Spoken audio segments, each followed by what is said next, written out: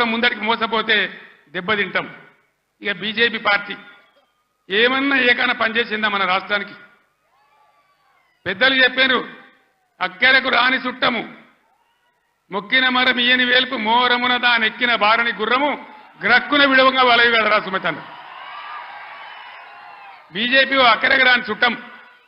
ఒక medical college ఇయ్యలే, ఒక నవోదయ కాలేజ్ ఇయ్యలే, ఒక జాతీయ ప్రాజెక్ట్ ఇయ్యలే. నేను స్టేజ్ ఎక్కుతుంటే హరీష్ రావు మాట్లాడుతుంటే విన్నా, ఆయన అన్ని చెప్పిండు. అవన్నీ 100% కరెక్టు.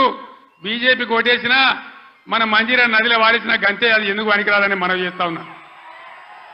యువకులు ఒక గాడుపుల పడి కొట్టుకొని పోకుండా, పిచ్చి పిచ్చిగా గుడ్డిగా ఓట్లు వేయకుండా దయచేసి ఆలోచన చేయాలి. ఇవాళ తెలంగాణకు న్యాయం జరగాలంటే, తెలంగాణ హక్కులు కాపాడాలంటే, తెలంగాణ ప్రాజెక్టులు కంప్లీట్ కావాలంటే, మళ్ళా రైతాంగానికి మళ్ళా మేలు జరగాలంటే ఈ ఆగమాగం పార్టీలు కాదు. తెలంగాణ హక్కుల కోసం పేగులు దిగదా కొట్టాడే ఒకటే ఒక పార్టీ బీఆర్ఎస్ పార్టీ. ఇవాళ కొంతమంది తెలివి ఉన్నవాడు, తెలివి లేనివాడు, అడ్డంపొడుగు మాట్లాడేవాడు బీఆర్ఎస్ కు పార్లమెంటు ఓట్లెందుకు సీట్లెందుకు అని మాట్లాడుతూ ఉన్నారు. ఇప్పుడే కావాలి బీఆర్ఎస్ కు పార్లమెంట్లో ఓట్లు సీట్లు ఎందుకు?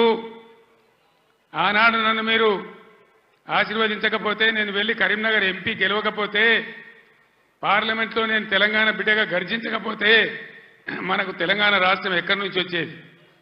ఈ రోజు కూడా తెలంగాణ ప్రజల ఆకాంక్షలు, ఆశలు, హక్కులు నెరవేరాలంటే ఖచ్చితంగా పీఆర్ఎస్ బిడ్డలు పార్లమెంట్లో ఉంటేనే మన హక్కులు, అధికారాలు నెరవేరితే నేను మీకు మనవి చేస్తా ఉన్నా.